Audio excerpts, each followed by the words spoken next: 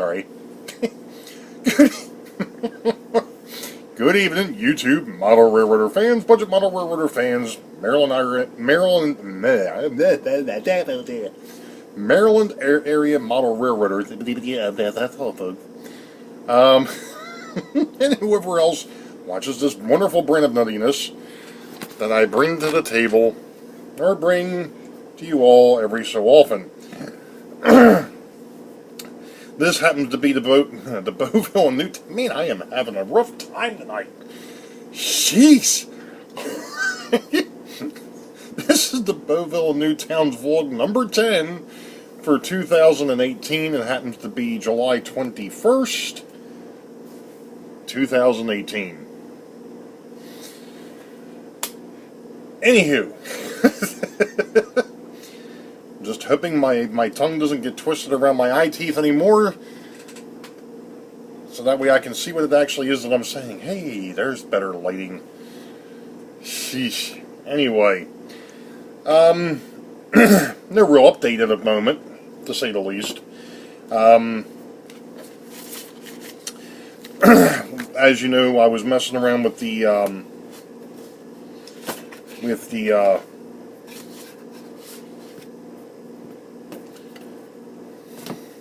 the mashup locomotive, the GP9 BL2 or the BL9, whatever we're gonna call it. I haven't messed with it anymore today. I've been down here. I've actually been down here in the training room better part of the day, not working on the layout, but doing some more work on the room down here, trying to get things cleaned up a little bit so I can actually see what I've got going on, what's going on. You know, so on and so forth, prepping for the possibilities of doing some work on this thing come this fall. Still not 100% sure that that's going to happen yet, but, you know, I'll prep it up as best I can. So that's basically what I've been doing, is just prepping up and getting ready just in case, and, you know, if I get to it, great. If I don't, oh well. But, gosh darn it.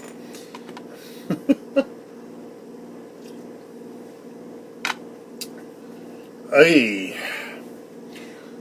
I forgot my hat. Like I said, we've been working on a purge, the wife and I, and actually my daughter too.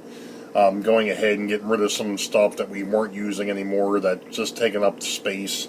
You know, trying to condense and consolidate. And of course, we're in the middle of one heck of a monsoon for some reason. It's raining today, it's supposed to rain tomorrow, and it's supposed to rain the rest of this week. Wonderful. But, in the process of, doing this, pardon me, jeez whiz, of doing this purge, we actually found something that I had been looking for a while. So what I'm going to do, because I can't remember how I did it the last time, and I'm not sure if I actually did it, or how I did it the last time, and I don't really have a way of doing it, I think, the correct way. We're going to swing over here in a minute, and I've got something that I've been talking about for years, that I haven't been able to show you because I hadn't been able to find the pictures. Well, I found the pictures. So, give us a second, we'll be right back. Alright, well, we'll see how this works out. This is actually a picture of... I'm hoping that the camera will stay still here. There we go.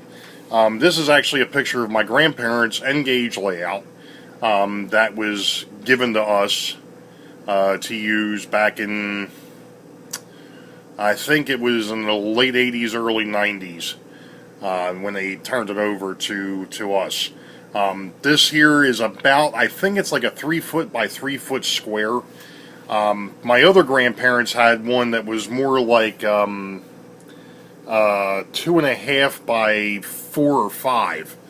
Unfortunately, I don't have any pictures of that one at all. I wish I did, but I don't. So, anyway... So that's what we've got. And it's basically, I don't know what the heck's going on here. It's literally just the two loops, and you've got on this outer loop right now there's a freight train, and over here you've actually got a trolley train running. But that's what they had.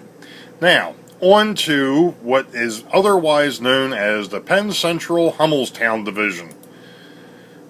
And there you go, otherwise known as the test bed layout. Obviously, you can see where it gets its name, considering the fact that it's sitting on a bed. Now, this piece is that piece that I was talking about that is about 2.5 to 3 feet wide by about 4 foot long or so. This was looking obviously towards the headboard, but you've got a small farm over here. You've got a couple of unfinished houses. You have those styrofoam hills that were on the other layout. And this here basically runs back and comes back over here.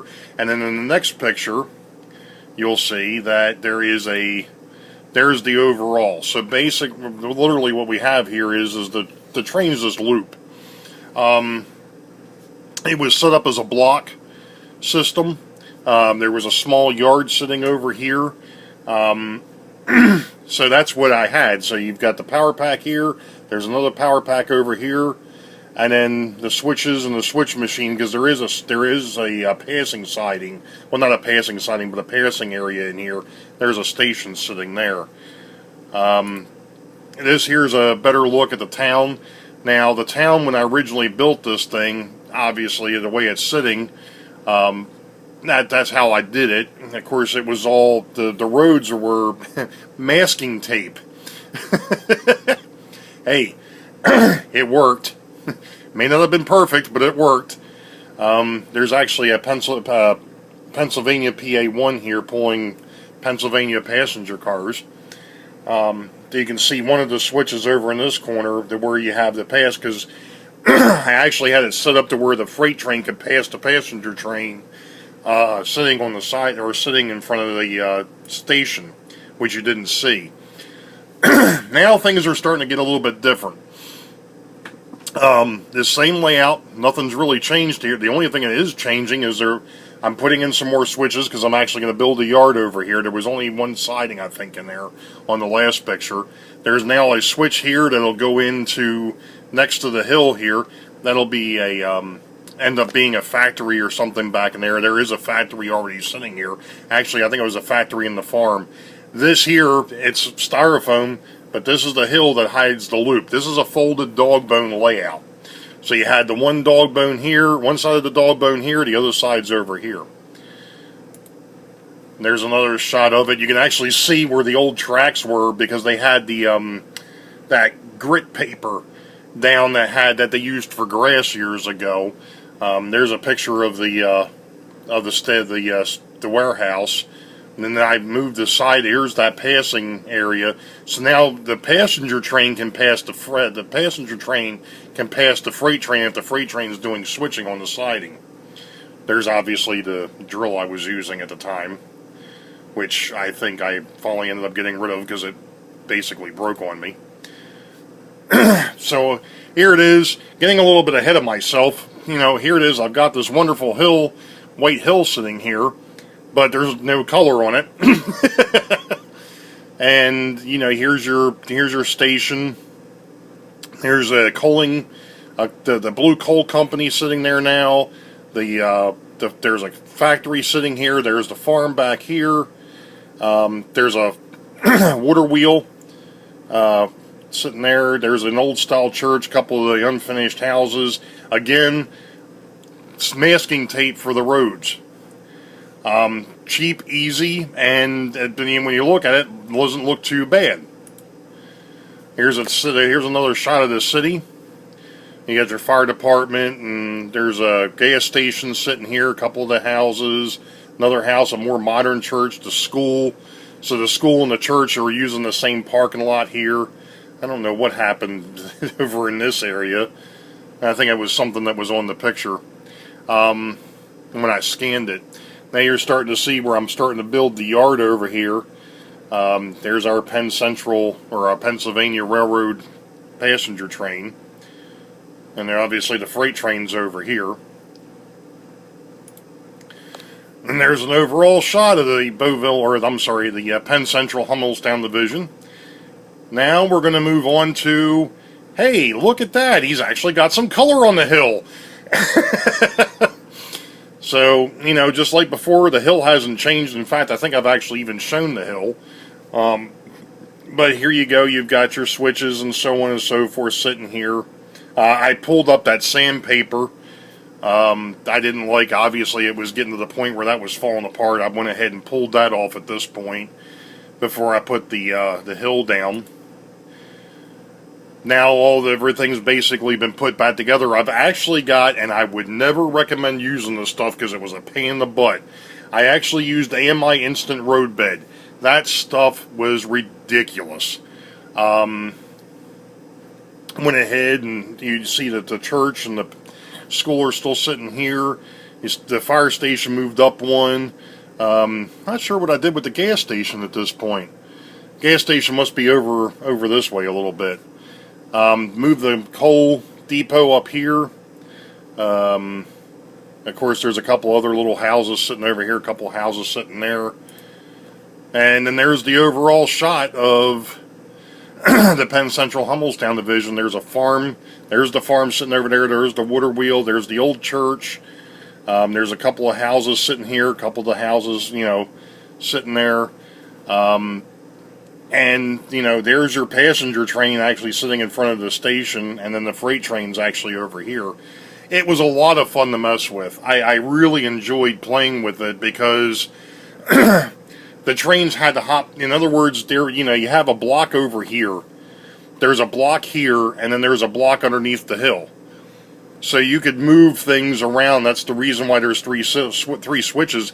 You basically had the trains following each other, which wasn't real prototypical, but it was a lot of fun for being a small layout. There's another shot of, you know, everything that was going on. I mean, I've still got all the parts.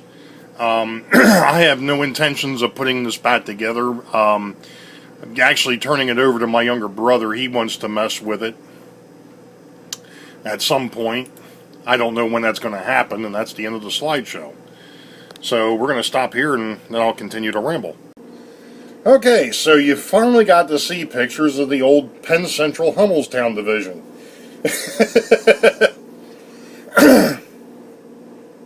It's been a while. Like I said, I've still got the parts, but I'm not going to be doing anything with it. It's actually going to get turned over to my younger brother once he finds himself a house where he can put the thing back up. I told him it's his. I said, it's all yours. I said, I have no intentions of doing N scale. Not with all the stuff that I've got sitting over here with this HO scale layout now. It wouldn't make much sense for me to go back. As much as I enjoyed N scale because of how much you could put into a small space, the Penn Central Hummelstown division being a perfect example. You know, the beds are what, 3.5 feet wide and 6 foot long, or 6.5 foot long, and I basically took up the whole thing with a fairly substantial little layout. It was a blast. I mean, it really was a blast, but, you know, I knew it was time to move up or move back to the HO because I like the HO a lot better, but to a point now, I'm wishing I wouldn't have put so much into the HO and stayed with N. You know, but the thing of it is to go ahead and do N scale would have been ridiculous. I mean, all the stuff that's out there and all the stuff that I would have had to pick up and to do, I can't imagine what an N scale layout would look like on this 13 foot by 11 foot platform I've got sitting over here. I'd have track all over the damn place.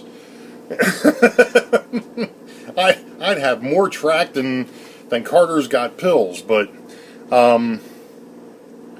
you know, so that was really the whole reason why I wanted to put this vlog together, though, is because of the fact that we found those pictures. I was ecstatic the other night when my wife's like, "Hey, I found some pictures of yours." I'm like, "Oh,